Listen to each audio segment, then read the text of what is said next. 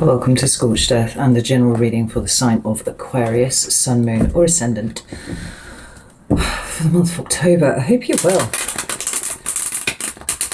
Absolutely baffled by the fact that I'm reading for October already.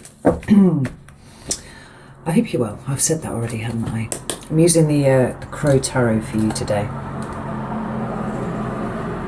Skip the cauldron a minute to burn down and then I'll close the window. If this reading resonates with you, there will be an extended at the end. That will be the first link in the description box. And I also did a 6-month overview for each of the signs that runs from July to December. Now obviously we're a considerable period through that, but I would still like, if possible, for people to hear those messages. I have knocked the prices down. So if you haven't had a chance and you're interested to see what that is, those readings run between 2 and 3 hours long, so it's make yourself a brew and get comfy for those. Have a look. We've still got good 3 months left on that. What else do I have to tell you? Oh, it's Mercury Retrograde in Libra. Now, the usual rules for Mercury Retrograde apply. We try and avoid starting anything new. Instead, look to close out and complete things that you've already started. If you have to sign contracts, make sure... Fuck my life. Make sure that you're really, double checking and triple checking exactly what it is that you're putting your name to. Expect travel delays, communication mishaps. Technology tends to brick itself quite often for no apparent reason during this time. And expect communication to not quite go as well as expected. Either you have difficulty articulating what you really mean, or somebody else does, or somebody else will say something and you don't extract the meaning from it properly. There are a few reasons why this retrograde is slightly different to the two that we've already had this year, largely to do with the other activations that are going alongside Mercury Retrograde. I have actually done a video for the patrons on that, just a summary of the energy. So obviously, just as with the 6-month overview, if you are a patron on Patreon, you get access to that for no extra cost. It's a shadowy time, in all honesty. But between you and Gemini, actually, you two are the two signs that may come out of this with a more positive feel, or may experience this more positively than the rest of the signs. So it's an interesting time. Let's have a look and see what's going on with you, Aquarius. Can I have 3 cards for Aquarius, please? There's the first one. We've got the 4 of Cups in your recent past. What about current energy for Aquarius, please? We have the Wheel of Fortune. As I was just saying, that things may be moving a little more positively for you during this time. And what's coming towards Aquarius for October, please? We have the Moon. I literally just said it was a shadowy time, and here we are. Let's have a look what we've got at the bottom here. We've got the 9 of Cups at the bottom of the deck, which is a very auspicious card indeed.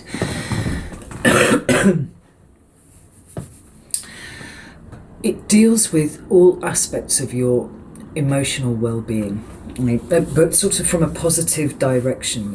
It's about taking ownership of your emotions. It's about doing the things that honour your emotional path. It's about putting yourself first, filling your own cup first, and not abrogating any of that, not subjugating it to other people, farming it out for validation and stuff like that. Not that an Aquarius would ever do such a thing. But it's interesting that 3 of the 4 cards that I'm looking at here are all water in nature. Cups in the tarot, are the vessels that hold the water, and the water is emotions, it's feelings. And the Moon is a card of Cancer, which is obviously a water sign too. So there's a heavy emphasis for you on emotions this month, which is possibly the thing that if there is any discomfort to be felt, might be where your discomfort comes from. But it all seems very positive. Let's get some clarifiers. Tell me about 4 of Cups, please. For fuck's sake. So we had one card come out, which was the Six of Wands, and then a Glut. So I put those back in. Four of Cups, please. Oh no, it's flying out. We've got the Hermit.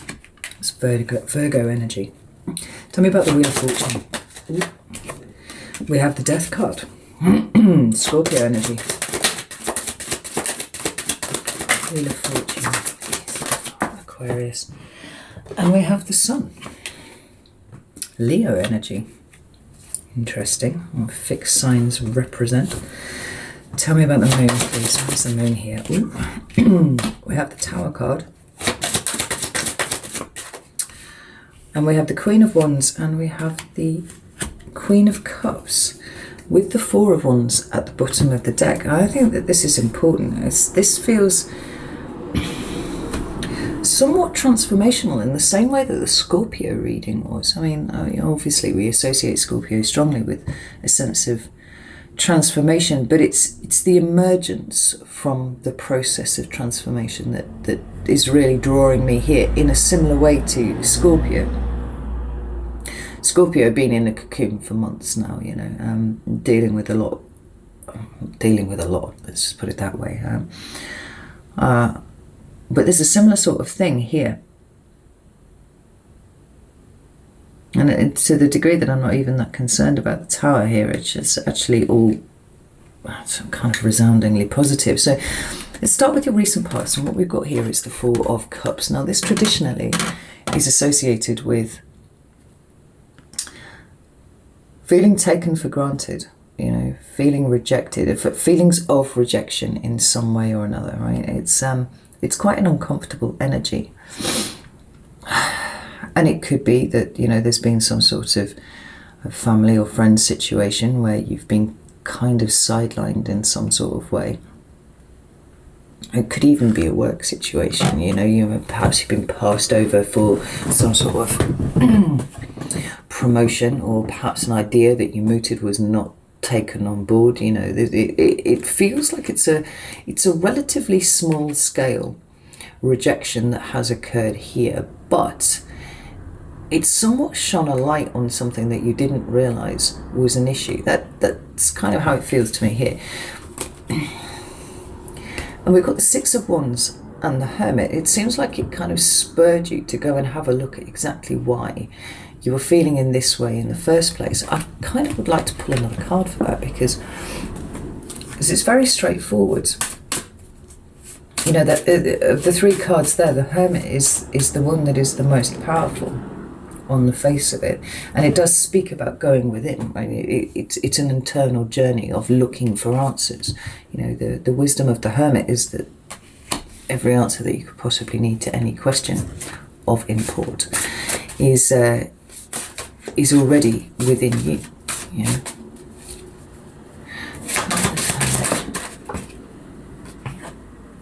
Got the Two of Cups. And then the Hermit at the bottom of the deck again. So exploring relationships. Yeah. And more specifically, the way that you understand relationships and the way that you relate to relationships. Perhaps the way you relate to intimacy altogether, you know, because the Two of Cups, when you drill down into the meaning, for me, it talks about intimacy of any type. You know, where do you allow people in? Where do you not allow people in? Where do you allow even, say, for example, intuitive nudges and messages from the universe in? Like, do you get those intuitive bumps and then ignore them because you try and rationalize them and you can't? Like, you know, you can see this playing out in lots of different ways. But whichever way that it's played out for you, the important thing was that you thought to go looking for the answers. And you have. And it's been very successful, because it seems to have opened something up inside, possibly inside of your mind, but certainly inside of your heart.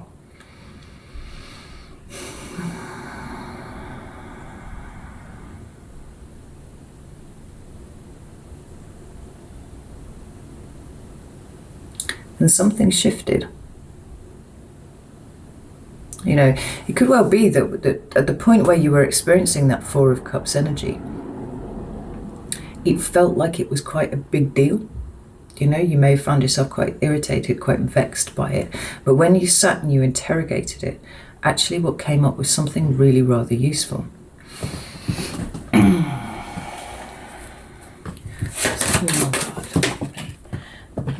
Four of Swords. And you put it to bed. Yeah, it's yeah.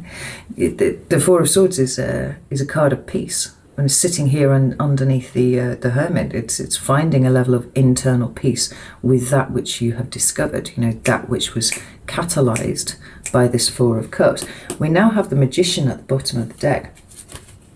It's for me a card of Gemini, but it shows you that you have all of the tools that you need, you know, to do whatever it is that you want. And the Magician is always depicted as having the four elements on his table. You know, we have the Wands, the Swords, the Pentacles, and the Cups. And he then further has another wand in his hand, and he's acting like a lightning rod between, God, the universe, your higher self, the ether, you know, however you want to see it, and bringing it down so that he can manifest something. Like, it could well be that you've been shown a way, or you've seen for yourself a way that you were blocking yourself, right? Perhaps you hadn't realized that you have already what it is that you need, or perhaps you were standing in your own way in some sort of fashion and stopping yourself and being able to bring something to you, you know. But what I wanted to draw your attention to is when you look at that there, and we see that stone slab of a table in front of him, the most prominent element for me there is the cup. It's the one that you can see the most.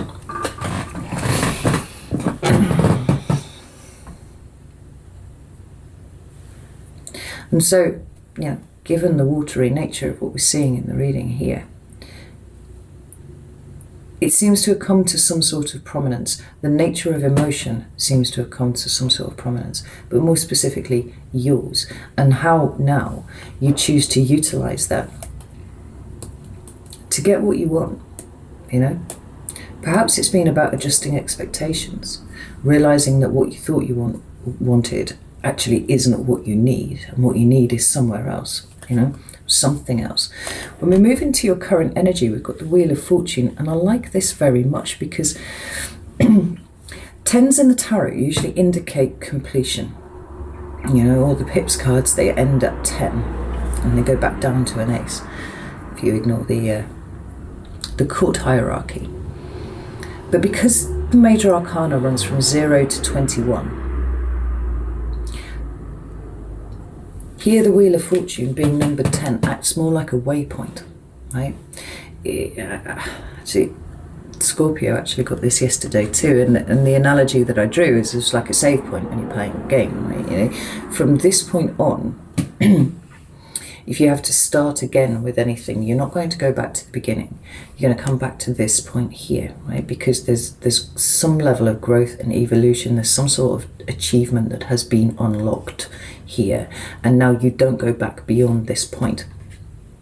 It's a card of learning a lesson, although I kind of shy away from this notion of you know, big karmic lessons and stuff like that, because I think it then puts one in a position where it is possible to fail that, and I don't see these life lessons that we're here to learn in that way. More, it's like a syllabus, you know.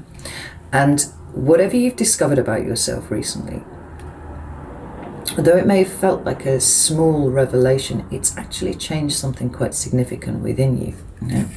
And this is, yes, it does talk about your fortunes improving, and I think that you can certainly, well, expect that it's probably happening right now. You know, things are just kind of, obstacles are moving out of your way, but it's because of the prior work that you did back here. It's a response from the universe. The two cards that you've got to clarify, I mean, look at this triumvirate of major arcana cards in your current energy right here. You know, you are supported in whatever it is that you're undertaking at the moment. Like it's a sign that you are absolutely on the right path. But here we have this Scorpio and Leo of death and the sun. And death is a card of endings, yes, but honestly, I think endings and beginnings are exactly the same thing. It just depends on the type of perspective that you're applying to it as to whether you perceive it as a beginning or an end. You know, it's an endless cycle, much like the Wheel of Fortune, in fact. And so something may have ended, but something is almost certainly beginning at the same time. Transformation, you know, takes you from one state into another, and you appear to be moving from one state into another. Like I said, like Scorpio, you seem to be in this state of emergence right now, rather than kind of going into a cocoon. Like, it's the point at which you're coming out. And then we have the Sun. Now, the Sun is, like I said, it's a Leo card, and Leo is your opposite sign in the zodiac. But it's a card of supreme positivity, right? Wherever the Sun appears, it rains good blessings down on the reading. And it's associated with children, as Leo is, childhood.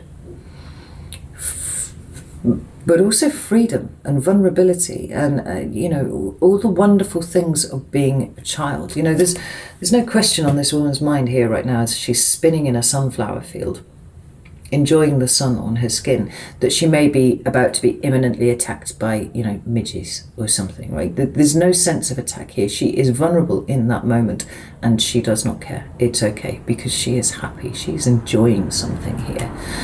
And when you put the three of these cards together, it really does seem like you're emerging. You're pushing out of a cycle that a smaller cycle perhaps. You've hit this checkpoint, you've hit this waypoint.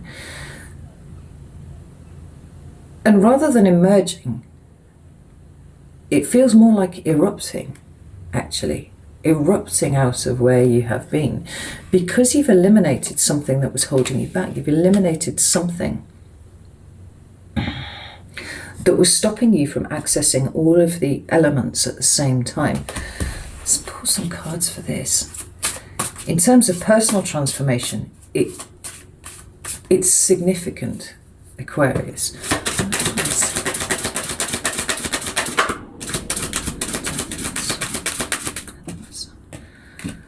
We have the Five of Cups, which is a Scorpio card, and it's followed immediately by Temperance. Now, the Five of Cups is a card of loss.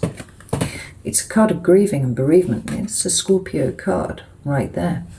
And it's come out underneath the Death card, right? What has been transformed? Now, this may be some, you know, old shadowy situation that you've confronted within you at some point very recently, and made some sort of incredible leap forwards with where you're going. But there seems to be I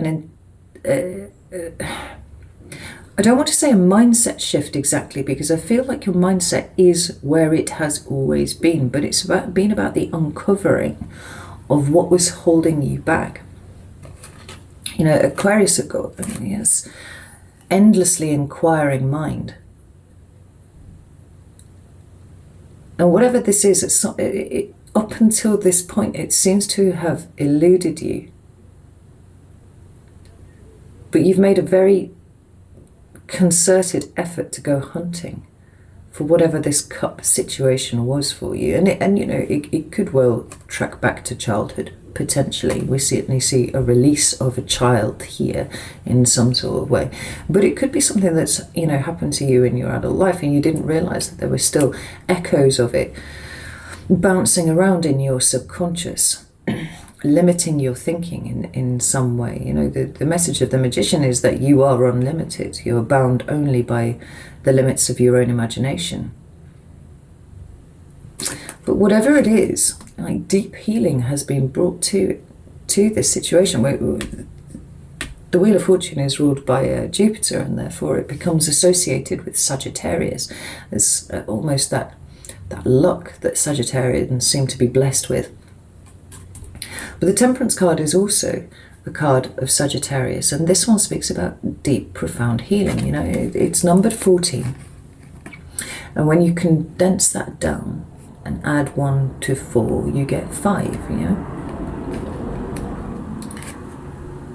healing from great loss, healing from a grief that perhaps had eluded you up until this point. You know, seeing things very, very clearly.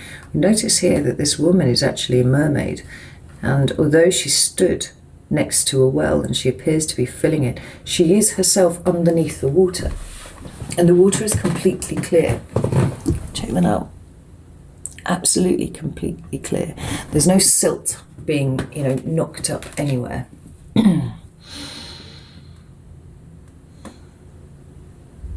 The waters are calm.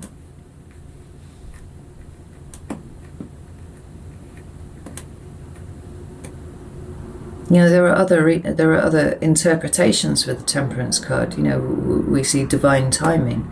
We see almost divine orchestration too. And perhaps if you have been waiting for something without quite knowing what you were waiting for, this discovery that you have made seems to have picked everything up a pace again. It's cleared the way for you. It screams clarity. The interesting thing is that, you know, of all of the cards on the table, the only air sign card that we have is this Four of Swords. This internal peace here, which is so important for you moving forwards. You know, we see you drawing essentially only from cups and wands. Other than that, every other card on the table is fire or water.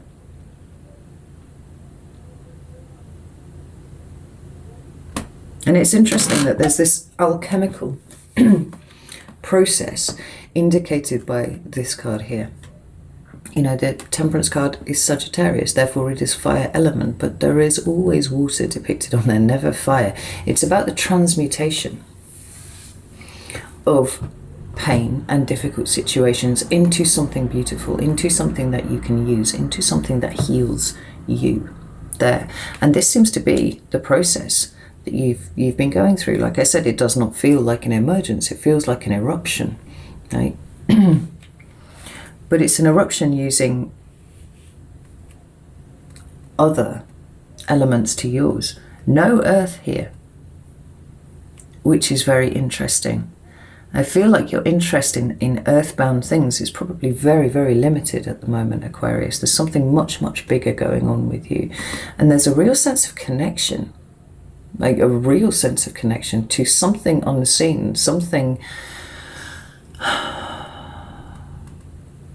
undescribed and unnoticed, perhaps, by people around you.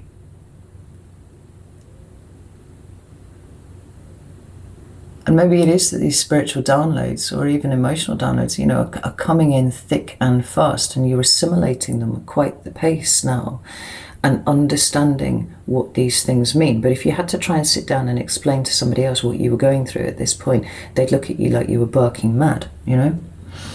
When we come to October, we have the Moon card, card of Cancer. And it's clarified by the Tower, which is a card of Scorpio, right? Water, water, again. Now the moon is the things that are hidden in some ways, right? Like if you come at tarot from a Jungian perspective like I do, it indicates your subconscious, right? The bits of you that you are not aware of. And the Tower card is a sudden shift in things, right? Sometimes it can be positive. Well, do you know, the Tower is always positive.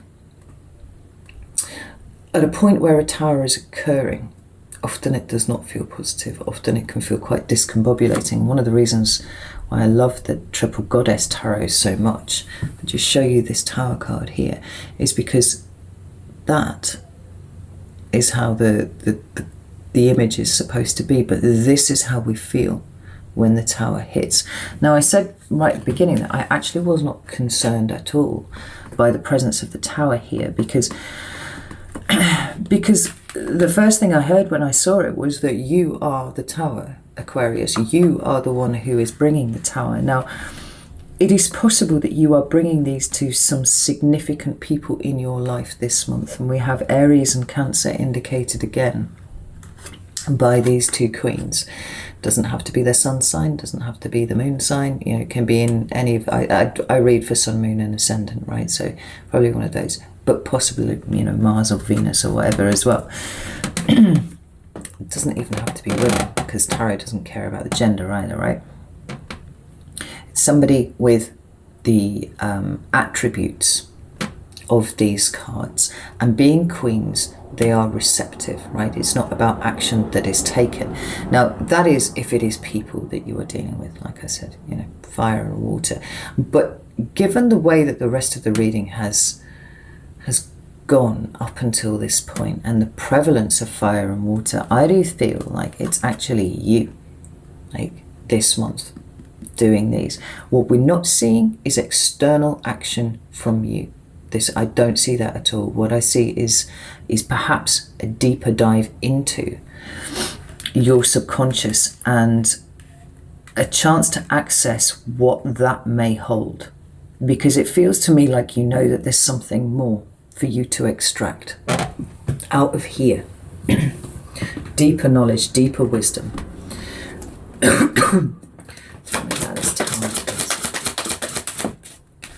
Thank you. We have the Queen of Wands again. Aries energy again. Tower. Thank you. We have the Devil, which is Capricorn energy.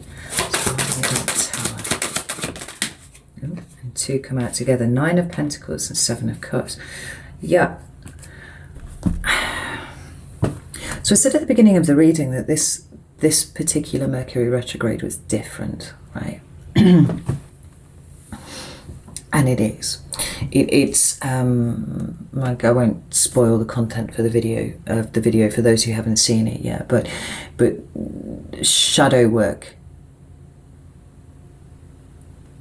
is something that is featuring prominently on account of the activation of what is it, Pluto and Eris, right? They're forming a T-square to Mercury at this point. It's all about deep introspection. Now, the interesting thing is that Saturn is doing something very interesting to Aquarius, right? So I said that there's a lot of positivity, but Saturn is in the mix here for you as well, specifically for Aquarius. And so it could well be that here, Capricorn, Saturn, has some more work for you to do, right? I think you're going looking for it. And that's very Saturnian energy anyway, right? You're going to look for what it is that needs to be worked on rather than waiting for it to come and have at you. But I like the presence of the queens. I feel like the queens really soften what could be very abrupt and very distressing energy up until this point. Like, I'm not seeing it with these queens here.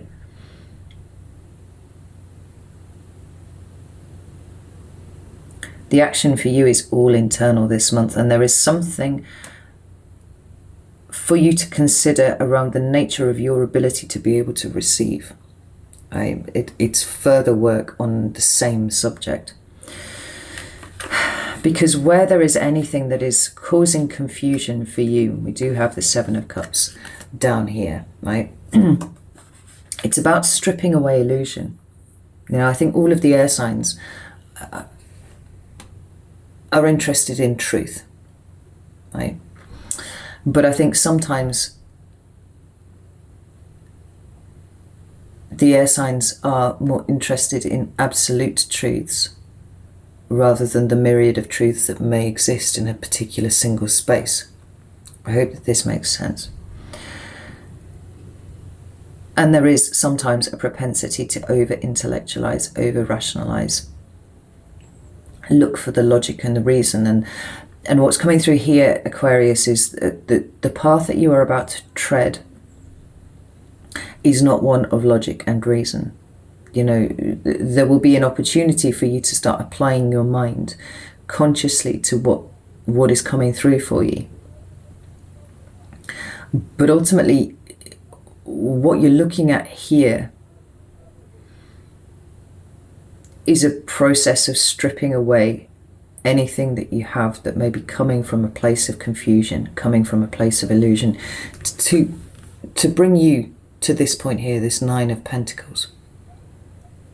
Well, this is all about self-sufficiency and independence and that kind of thing, right? Standing on your own 2 feet and looking after yourself. And that's not something that Aquarius needs a lesson in.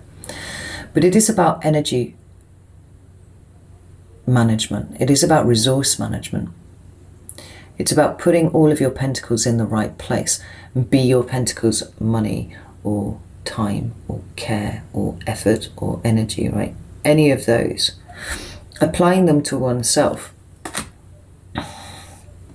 First and foremost. Like, it seems to me that anything outside of you this month, Aquarius, is probably going to get roundly ignored while you work on this deeper layer of understanding on yourself, because it feels to me that now you've shifted this thing over here, there's a process of active and deliberate disruption of your internal space.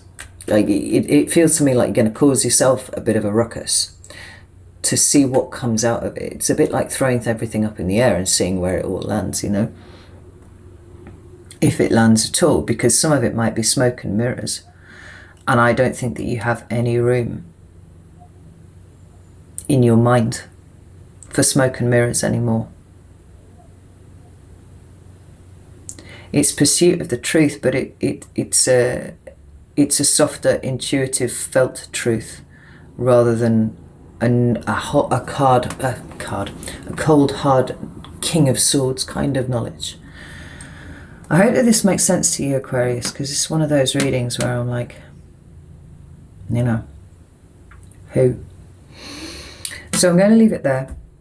Hopefully this has made sense to you. And if it has, and you want to explore this a little bit more, I'm going to go over to Vimeo now, and we're going to look at October, specifically October, and see what is going on here, and see if we can't come up with, you know, ways of assisting you navigating this, because it does look like you are going straight in a dive. And by that, I don't mean that your emotional state is going to be worrisome or anything like that. No, because there's actually quite a strong feeling of control over this. It's like a controlled demolition of your internal space so that you can examine it. You know, it's like that objectivity for which Aquarius is so well known, coming into play now, but directed inwardly,